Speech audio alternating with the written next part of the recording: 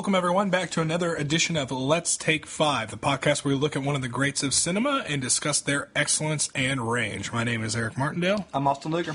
And in this 5, we are wrapping up our Super 5, our Superhero 5 episodes, so we're not talking about somebody, but rather a subgenre of films. First time sort of bending the rules there.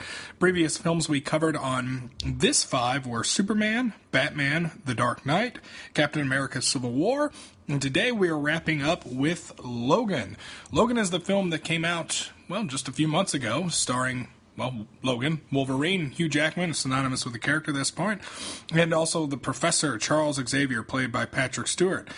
Spoilers are going to happen on this episode. This is the newest film we have ever covered, so if you have not seen Logan, do not listen to this podcast. DVD comes out apparently soon.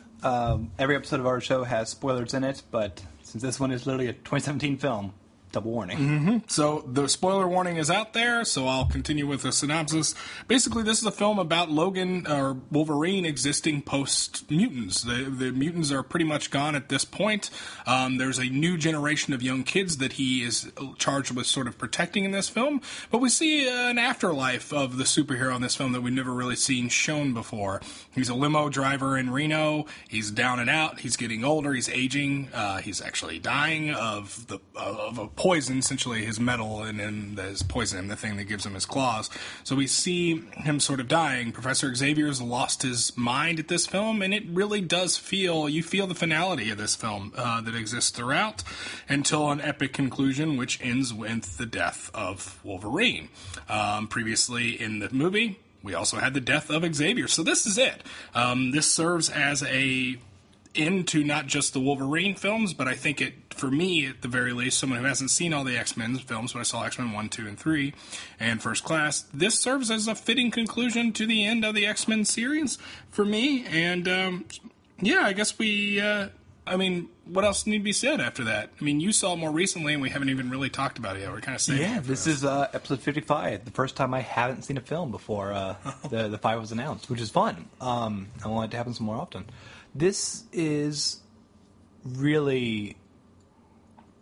It's silly. I just said this first time watching a film, Let's Take 5, I haven't seen it before, and my major thought is I need to see it again.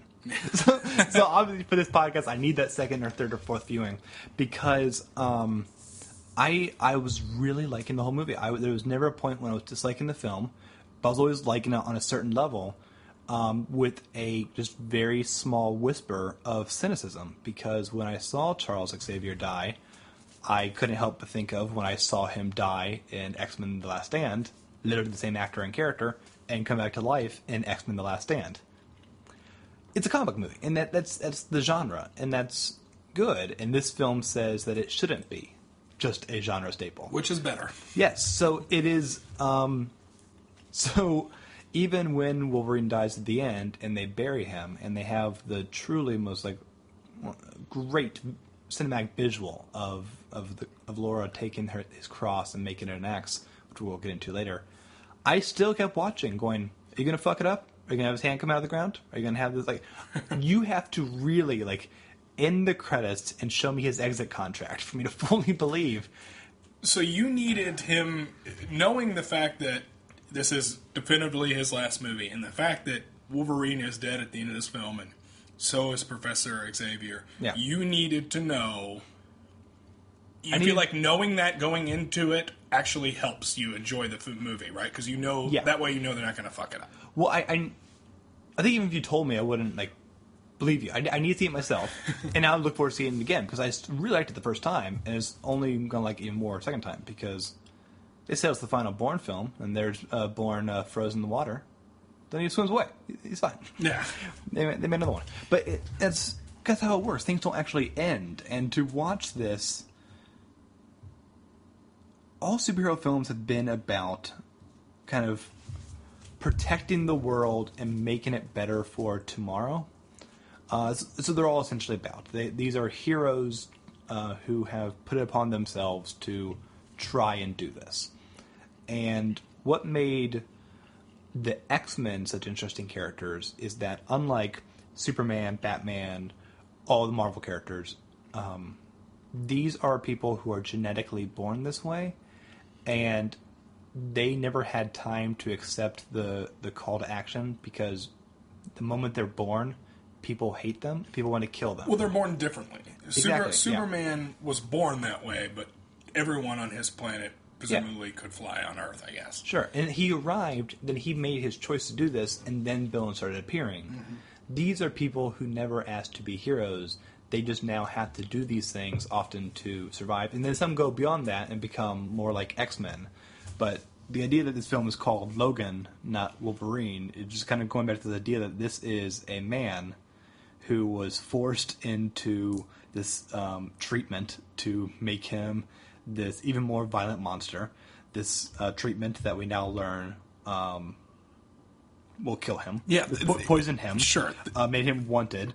And he's not allowed to have this kind of peace because they are just always persecuted. And that, even when they're almost dead, they're being persecuted. He can't ever just be himself. And that means he doesn't think he's a hero. Yeah. And that made this really interesting film of no one has costumes, no one has capes. The age of heroes seems to be done. The comic books about them, which is a fun thing, is just saying that it's all myth and bullshit. But it's people around him reminding him that it might not be. And that's really endearing. You know, another thing that I think is interesting about it is, talk about the persecution. So, for people that don't know, Wolverine's metal inside him was put in him. That wasn't his power. His power is that he can regenerate. Mm-hmm. So you're watching a character that literally cannot die. It has nothing to do with his power. It has everything to do with what someone else did to him. And he's poisoned. I mean, the persecution is going to end his life. And he sees this young girl, because this now happened several times. The Last of Us, I thought, many times in this movie. Yeah. But, you have the old withered man who's seen the hell, and now this kind of young girl also kind of grow up in hell. She also is a symptom of the same experiment. She has claws and such that are metal. And so it's never said aloud, but he knows one day this will poison and kill her too. Mm-hmm. Not only is she going to live a violent lifestyle full of loneliness. She kills several people. She kills so many people. And she's a really fascinating character, but it's so curious to see, even though they do say, you are genetically connected, it almost doesn't matter because the metal makes them that way. Mm-hmm. And I don't know, it's a really curious character-based movie, and that it was really effective, because I like these stories of people in an earnest way being convinced that they might actually be a good person. And you would think that Wolverine would have got there by 10 films now? Mm-hmm. But there's actually no reason that he should have. Right. This is the first time he has to... It adds a moral complexity to the character that didn't really need to necessarily exist before when you're sharing a movie with the entire group of X-Men. But it was also something that apparently the Wolverine movies, the solo movies, didn't really choose to go either. The one before this was the same director. And everyone always says that one's okay. I liked it quite a bit until the CGI robots at the end. It was actually a pretty good character illness. Not as deep as this, but it was definitely seeing him as a person. It was on and seeing him in the world and seeing him actively try to change his life. Mm-hmm. Not in just a way of setting up something. The other one's shit. Yeah. The X-Men Origins Wolverine is just universally hated and panned. But I don't. This one, it's so. I mean, you have. He's suicidal. Such a popular trait for our superhero films. Mm-hmm. Not. And he has the one bullet that could kill him, and this was the one that I did see coming, which I knew where that bullet was going to go, because when they introduced... It's Chekhov's gun. But also they introduced the most brilliant thing, which I did not see coming, which is they kept hinting at we got a guy here to take care of him. I was thinking, okay, it's going to be obscure X-Men character number 9002.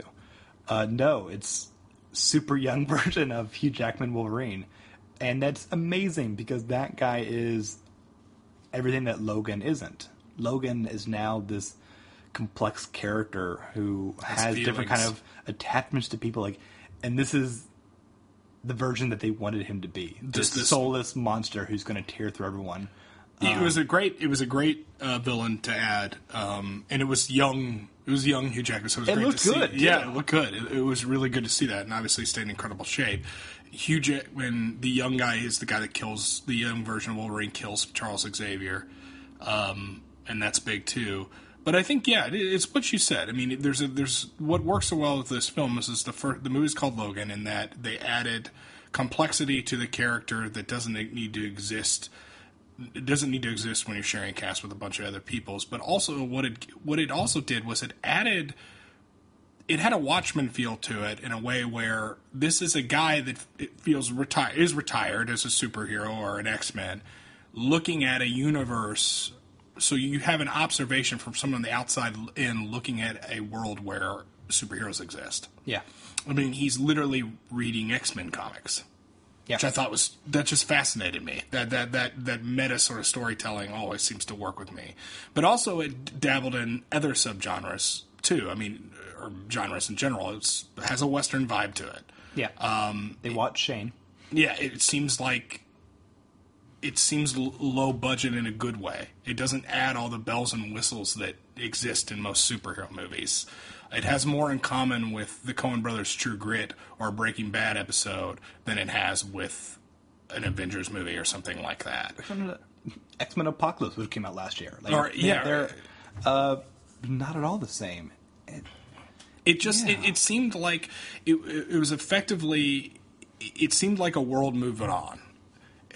Like we had the X-Men that sort of went away. Now we have lingering Wolverine and the old crazy Professor X, and we rated it R.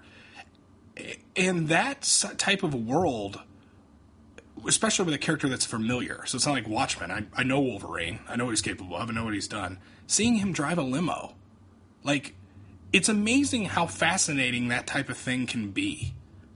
Well, we don't see finality. He has a job. We just see cancellations for these franchises, right? Yeah. We don't see their end point because, honestly, that's not what superheroes are designed to do. That you can't finish crime. Mm-hmm. The superheroes need to always exist until they die, and then they always need to exist, which means they come back to life. Right, I'm still waiting. But I know Dark Knight Rises is definitively an end, but they can make a fourth one. Yeah, but because films don't have to abide by that same kind of structure because they're not making 600 issues a year. They can. I hope they now understand they can do bolder things. Yeah, that's what I always said. You know, I hate when characters die in comics because they're always going to come back. But at the same time, that's a necessary evil because Batman's existed for 75 years and he's always been 30 years old for the most part. Film fans don't operate the same way. We actually are okay with reboots and recasting, whereas Spider-Man has to have the same issue number to go on the next thing. We've had 6 different Bonds. Never even, hinted at once by fucking George Lazenby. He turns to the camera and goes, "This wouldn't happen to the other guy." That's why it's the worst. But, we're fine. We've now had several different Batmans, and we get it. They're different Batmans. So you can go crazy with your Batman, because you won't destroy it. There could be another Batman. So there might be another Wolverine. It will not be Hugh Jackman. And I was right about to add this. Yeah. And I think that, in a lot of ways, is what makes Logan so effective. Because, another reason why. You have Hugh Jackman is the only iteration of Wolverine we've ever seen on film. He is in every single X-Men movie. Yeah. I was going to say First Class he's not, but yeah, he's in one scene. Hilarious scene. Yeah, it's great. Fuck off. He takes the drink. And he's been playing the role for 17 years. Okay. That's a long time to be the steward of any role. So it's effective in that regard to where even I'm a guy that didn't even see the first 2 Wolverine films, but I saw the X-Men films. I know how important Hugh Jackman is to this subgenre and to this culture. He is synonymous. He is more synonymous with Wolverine than any character is with their superhero. Mm-hmm. And the only argument is probably Robert Downey Jr. for Iron Man. Yeah, he's pretty big now. Yeah. So I can. There's an emotional weight that sticks with this, knowing it's the last film that could have literally nothing to do with the fact that it's Wolverine. It also has a lot to do with the fact it's Hugh Jackman. And I really admire that because Hugh Jackman, obviously at this point now, he's been producing these films. He gets to have a stake in, basically ideas where they're going. he really kind of pushed for this story, and he really pushed for like these elements of this story, because this isn't a masturbatory farewell tour. It's a really not at all. It's difficult. It's a really difficult thing where you're watching, because there is no active like floating antagonist in the city. You're seeing Logan at his barest, and what he does day to day, he's not pleasant. He's really gross sometimes and not heroic. So in their last stand, they are making a good argument that maybe he isn't a hero. And the fact that you can pull that off successfully means good job on the filmmakers and really good job on Hugh Jackman, because he's always been a good actor. But I mean, this is him really like, I'm going to make sure this counts. I'm sure this counts really well. I've always thought Hugh Jackman's a great actor that sometimes is stuck in movies that don't necessarily deserve him. I think he's bigger than most of the X-Men films. I've seen The Fountain. I've seen Swordfish. And also, he's, this is a man that's won a Tony. That's for Oklahoma Revival. Yeah. He's a very talented guy. I mean, he's great looking, he's a great actor, he's a great singer. He's literally a Renaissance man in the arts. Give him his HBO show. Do something. And then the third reason I think that makes this film so great is that it has an end-of-the-era vibe to it that doesn't exist in any other films. And by end-of-era, I mean, and the reason why I chose this film for the 5 was that 2000 X-Men 2000 saved comic book genres. Mm-hmm. It did.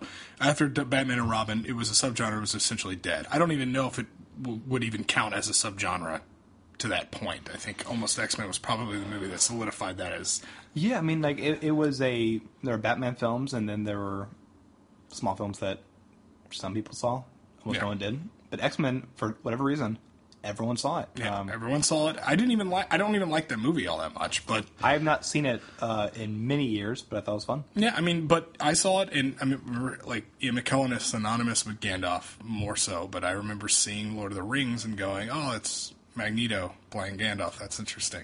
Well, that kind of says a lot about a lot of these movies. Like, so X-Men 2000, for Charles Xavier, you get Patrick Stewart. Yes, he was Star Trek. Also, Shakespearean actor. Mm-hmm. Magneto, Same thing. The floating guy who can move metal. Ian McKellen. Yeah. Shakespearean guy. Well, putting those two together, I mean, those two did Waiting for Godot on Broadway, apparently. I would have killed to see that. I think they filmed it. Oh, well. So hopefully we'll see it. Maybe we'll see it. Yeah, they did that, and they did another play. Like, every night they did a different play to them. They're adorable together. They're, like, the best bromance of all time.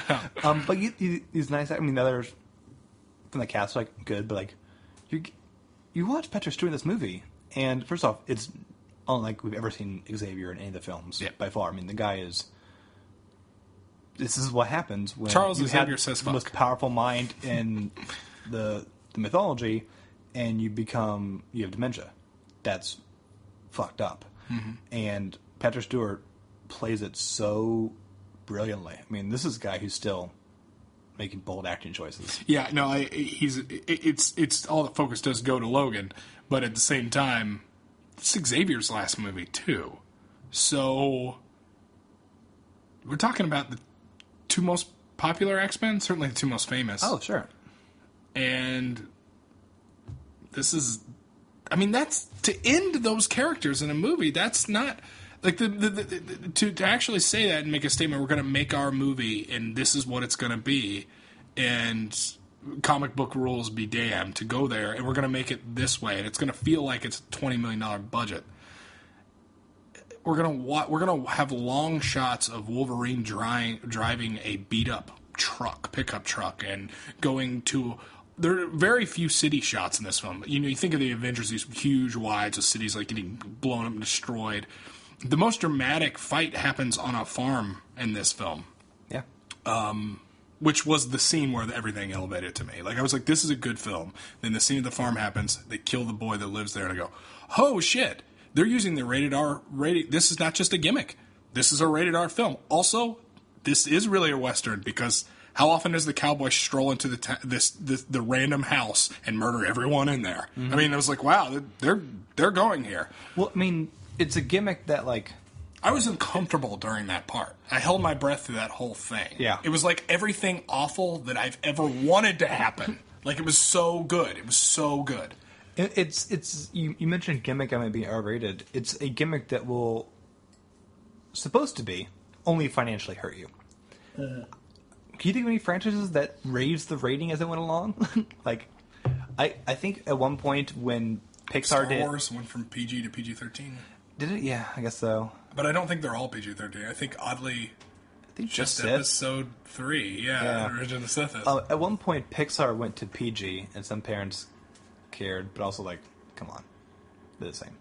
But, like, the PG-13 are the one with restrictions. Yeah. If you're a 15-year-old fan of Wolverine, you can't because he's moving in theaters.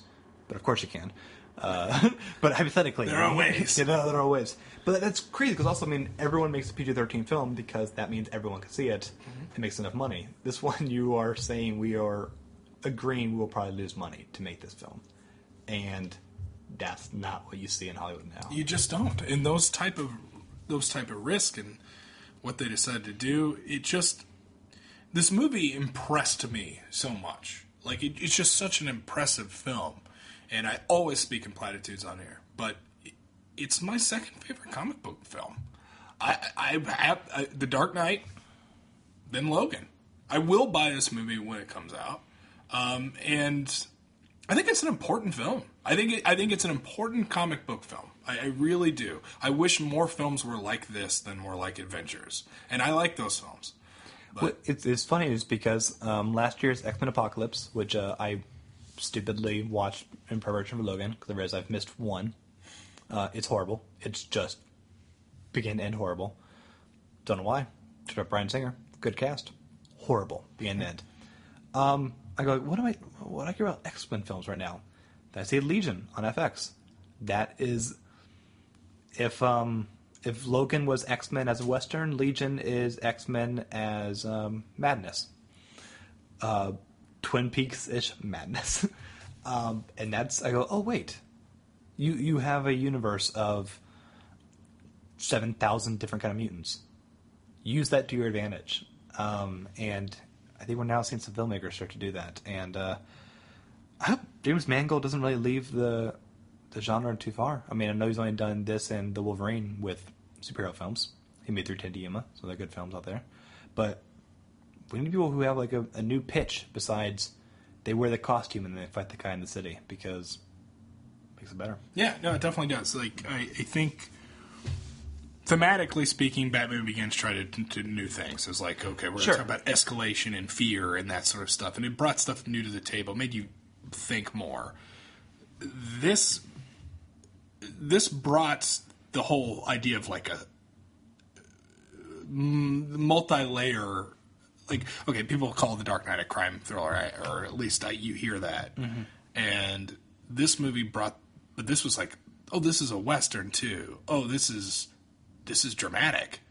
I don't feel triumphant watching this film. This feels ugly and deadly. All the characters, they aren't going for a big villain. They're going just to stay alive to tomorrow. Yeah. They get enough medicine to keep him sedated until like Thursday. He has to keep taking injections. Like painfully, to stay okay, or it's horrible. Mm-hmm. Wolverine's counting the days for him to kill himself, basically. Like, this is their best day, is to get to slightly horrible. Yeah, and it's a tragedy in a way, because it completes an arc for Logan, where you go, and I like that. I'm calling him Logan. He is this guy who's a reluctant hero. We have these in comic book movies all the time. He turns into someone who really thinks he's discovered he's not a hero, and also doesn't want to be bothered with it. He just doesn't. He wants to be left alone. That's a big thing of his. To discovering at the end of this film that he is a hero, whether he likes it or not, and it felt kind of good.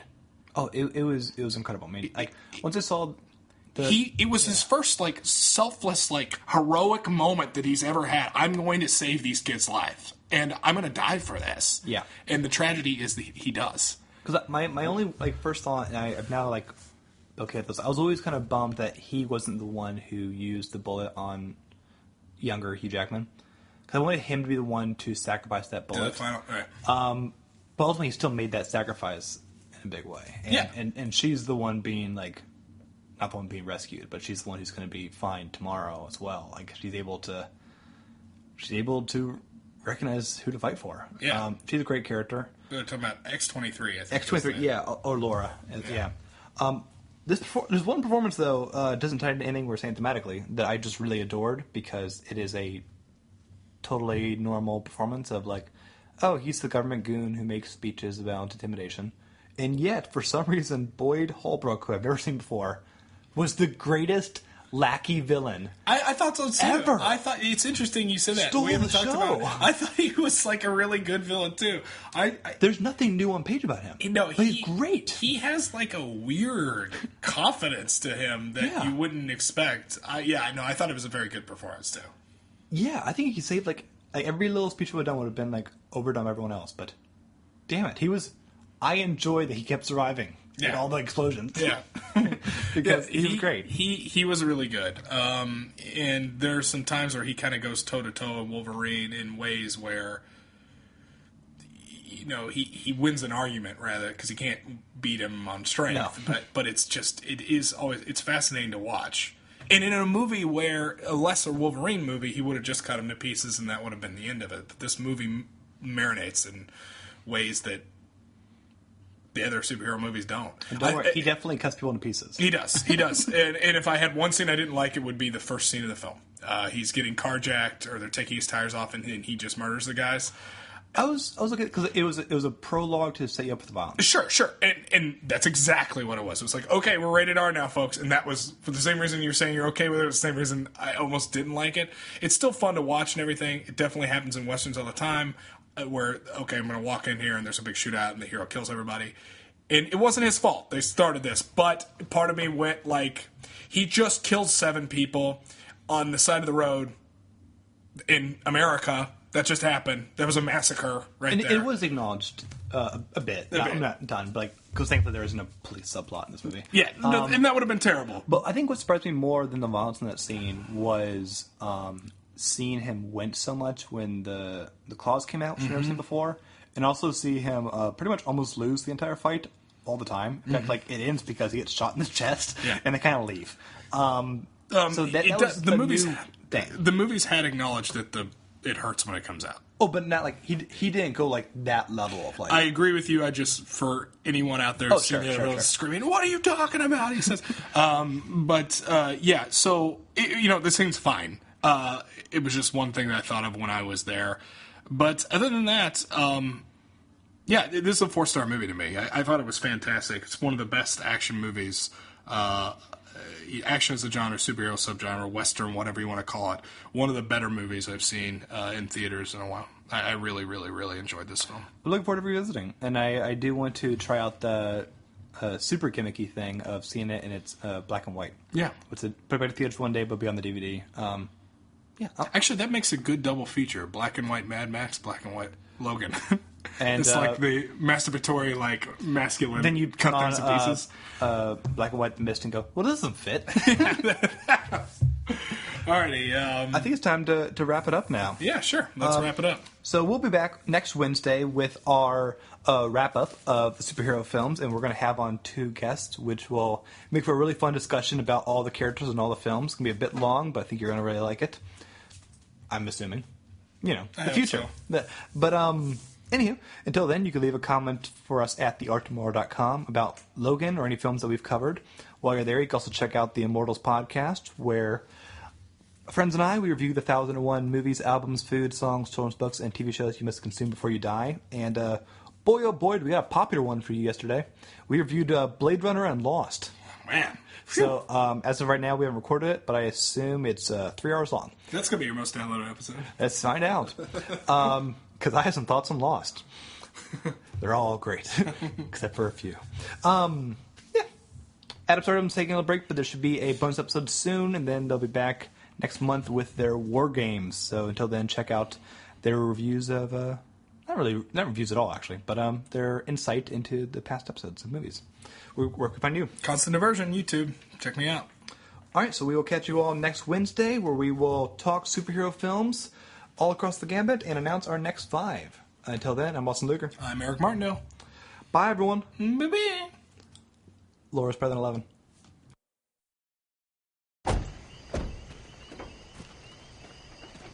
Evening, Mr. Monson. You understand you're trespassing right now, right? I have an easement with the previous owner of your property. Previous being the operative word. Who's this? Just a guy telling you to get back in your nice truck. Go play okey dickhead somewhere else. Hey, Carl. Looks like Mr. Monson hires some muscle. Looks that way. He's a friend of mine. Friend with a big mouth. I hear that a lot. And you probably hear this, too. More than I'd like. And you know the drill. I'm gonna count to 3, and you're gonna start walking away. I got rights to this one. 1. I have a lawyer now. 2. 3. You all right, boss? You know the drill. Get the hell out of here.